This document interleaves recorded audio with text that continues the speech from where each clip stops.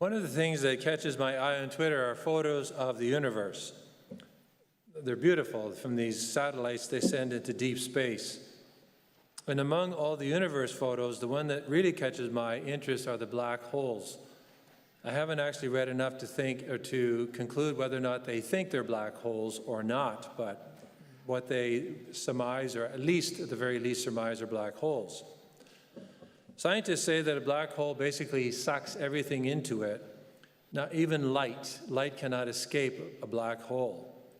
And they really don't know a whole lot more about them. Anything that would get too close, of course, would be drawn in and crushed by the black hole. The essential thing for my purpose here is that a black hole sucks everything in, takes everything in, and basically doesn't give anything back. This is one kind of star. It's a star. Another kind of star is our sun that we see every day, or at least in Vancouver most days. It's a star that gives without taking anything in. It continually gives and yet loses nothing of its sunness. The sun just, gives its rays out, causes growth. Without the sun, we would die. The planet probably wouldn't exist, or it would be an ice cube, more or less. Nothing could grow, and if nothing could grow, we couldn't eat, and if we couldn't eat, we would die. So the sun gives life, but still remains the sun. This Sunday challenges us to consider what kind of star we are. A star that is a black hole, basically takes, doesn't give anything back, or the star like the sun we see every day that gives life. Jesus calls us to take in a lot from him. If you consider, if all we read from all the Gospels, from the entire Bible, was just the Beatitudes, so let's say we have the commandments just sort of as the baseline, and then the fulfillment of the commandments is the Beatitudes, that's all we had. That is a lot, because the Beatitudes are the fulfillment of the entire Old Testament. It is the summation of Jesus' teaching. It is the pinnacle, if you will, of all of his teaching is Beatitudes. That's all we had, it would be a lot. But we have more than that. We have the Gospels. So Jesus calls us to take in a lot. He offers us a lot through his teaching and his example. Each of us has to decide, what are we going to do with it? What are we going to do with what we receive from Jesus? Are we going to keep it in a comfortable place, waste it, or are we going to invest it and give it away? Are we going to be a black hole that basically takes it in, does nothing with it, or are we going to actually give it? Look how to invest it. Black hole or a sun? The majority of the apostles were what we would say were ordinary people, blue-collar workers, hardworking, trying to make a daily living to feed their families. Jesus called these individuals together to be his disciples, and he spent a lot of time preparing them to proclaim him to the world. When he said, go forth and preach the kingdom, he is the kingdom. Remember, Jesus Christ is the only person who said, I am the way, the truth, and the life. Buddha said, here's my teaching, follow it. Muhammad, more or less the same. But Jesus doesn't do that. He doesn't say, follow my teaching, follow me. It all boils down to Jesus himself. So he is the kingdom. Jesus taught these disciples, especially the 12, and even within the 12, the 3, not to be black holes. That is, to take in what he was giving them and do nothing with it, but rather to be like the sun, giving life to others, giving away what he was giving to them. He taught them over and over and over again. I would say Jesus had the patience of Job, but Jesus gave patience to Job. He had so much patience with them.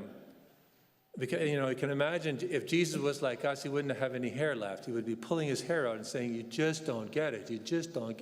He preached his passion almost 5 times, and they still didn't understand. They didn't want to hear it for all sorts of reasons.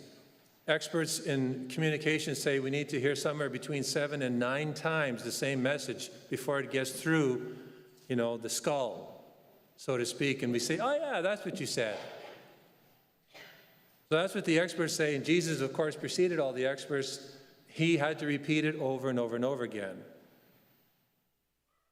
He taught them over and over again so that they would hear and remember, and then they needed the Holy Spirit before they would go out and, in effect, give it away to others. And yet, in the process of doing that, never lose anything they were giving away. They would actually be replenished by the grace of the Holy Spirit and the other sacraments they were receiving. The Lord, in the first reading, taught the people through Moses that he was calling them to be a kingdom of priests, a holy nation. It was their blessing and responsibility to be like the Son. That is, to give life to the nations around them, and in fact, to be an attractive force to draw the nations back in to the family. Because back in Genesis, there was one, everything was fractured and by sin, by the original sin, and it just compounds and exacerbates as time goes on. So he was teaching his people, Israel, to be lights to the nations, and not like a black hole. That is, taking in God's blessings but not doing anything with them. And sadly, even their own prophets would take them to task over and over and over again for the fact that they were something akin to a black hole more than like the sun. Jesus is sending the disciples to basically go out and tell everyone about him. They have received from him, and now they need to give it away. He called them to be just the opposite of a black hole.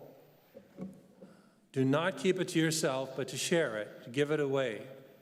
Give it away to others so that they may be blessed by it, and in turn, you will be blessed by the fact that you're blessing others. That's the way God works. From the gospel we hear, these 12 Jesus sent out. This sending out and charging them did not end with the apostles. Now it is upon us, which means you and me, all of us, to basically do what they did in our own way. You and I need to be convinced that Jesus is sending us out. He's sending us out into the world. Every time we come to Mass, we hear those concluding words in English, "Go forth, the Mass is ended." In Latin, it's even briefer. That's the way Latin works. Ite missa est. Go forth, the Mass is ended. It doesn't mean go out and forget everything you heard. It doesn't mean basically put it in your pockets and don't take it out again. It means go and spread it everywhere. Give to others what you have just been given.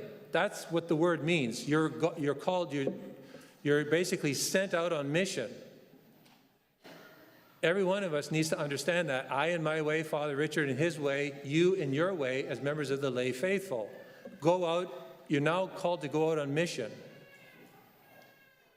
We cannot allow ourselves to be black holes that take everything in and either keep it to ourselves, waste it perhaps, and let it die on the vine.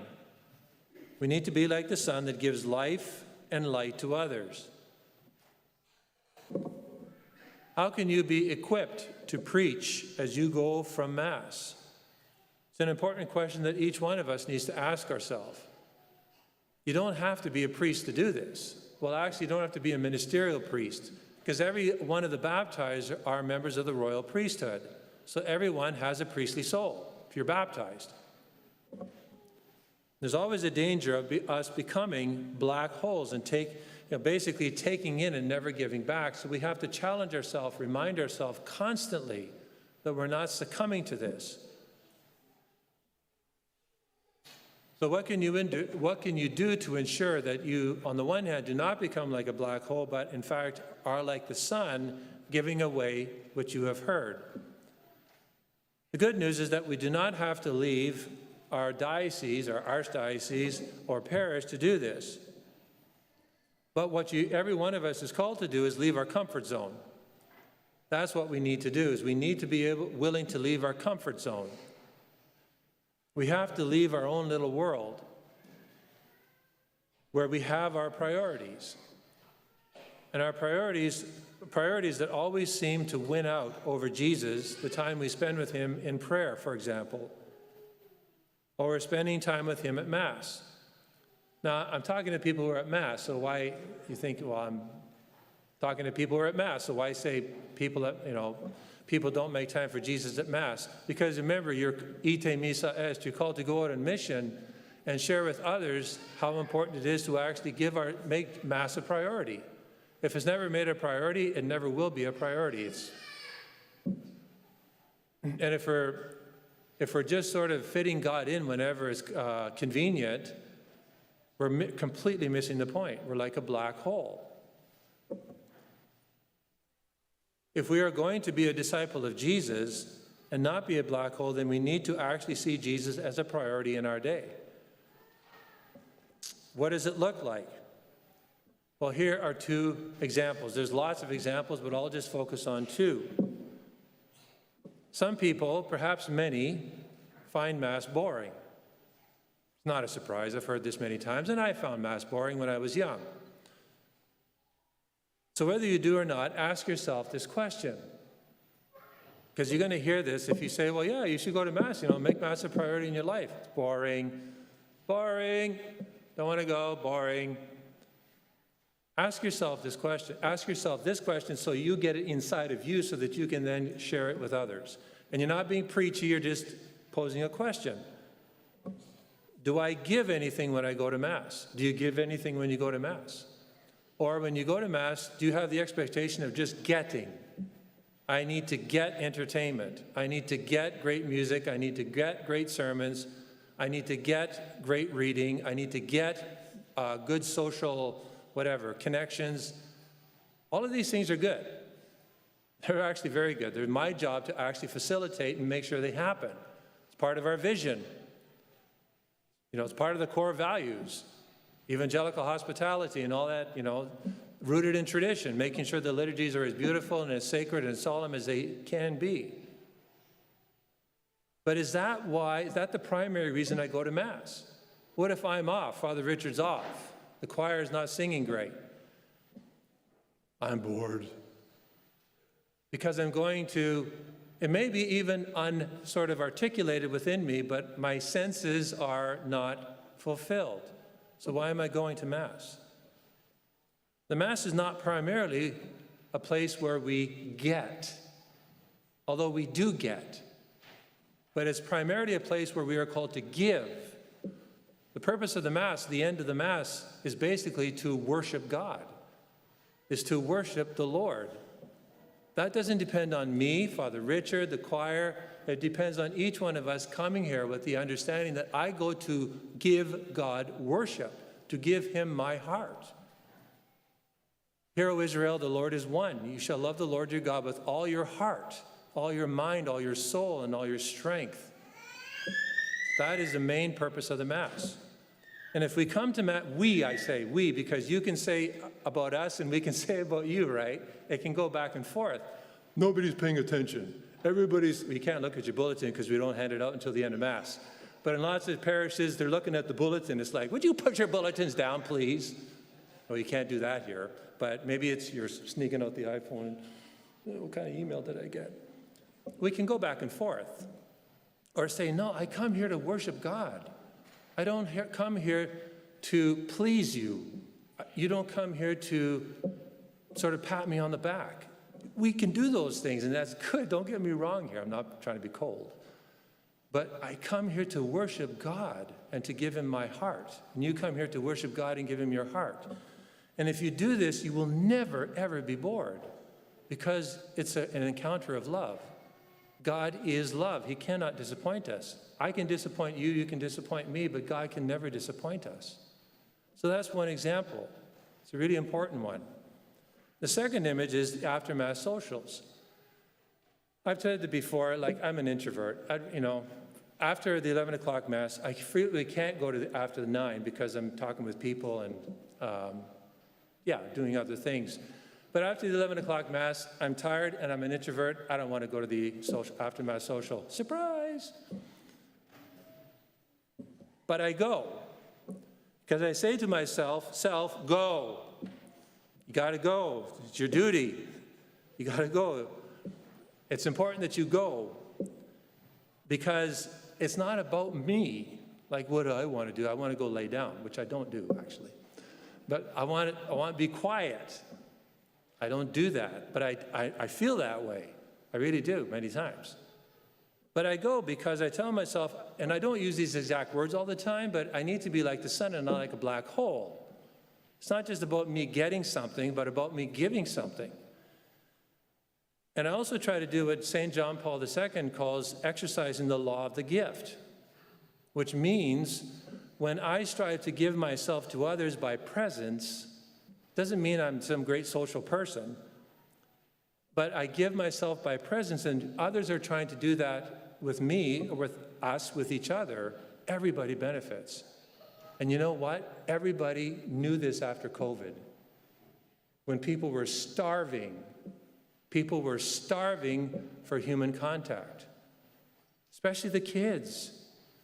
Especially the kids who were isolated. They were so hungry for human contact. So we may not put words to it, but our heart longs for human connection, and even more so for divine connection.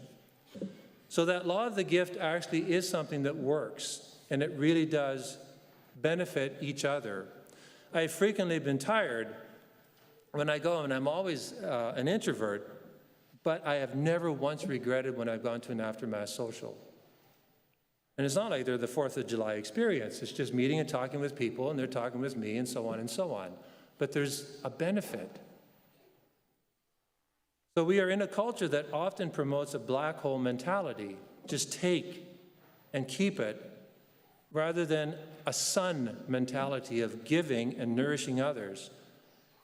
But when we do this, we are in turn nourished by them. We're made a bit more human. And again, just think about the horrible time of COVID. So a takeaway is 2 things to reflect on. Come to Mass with the intention of giving God worship. Father and I and the team, the senior leadership team, are trying to do all the work to make all the other stuff real. Great music, sacred music, and good reading and homilies and all that kind of stuff. But each of us comes with the intention of giving God worship. And number 2, consider going to the after-Mass social. Today it's easy because it's outside. Whether you're tired or not, it's not about what I get, but rather what the Lord has given to me, I want to do something to give it away. Be a son for others.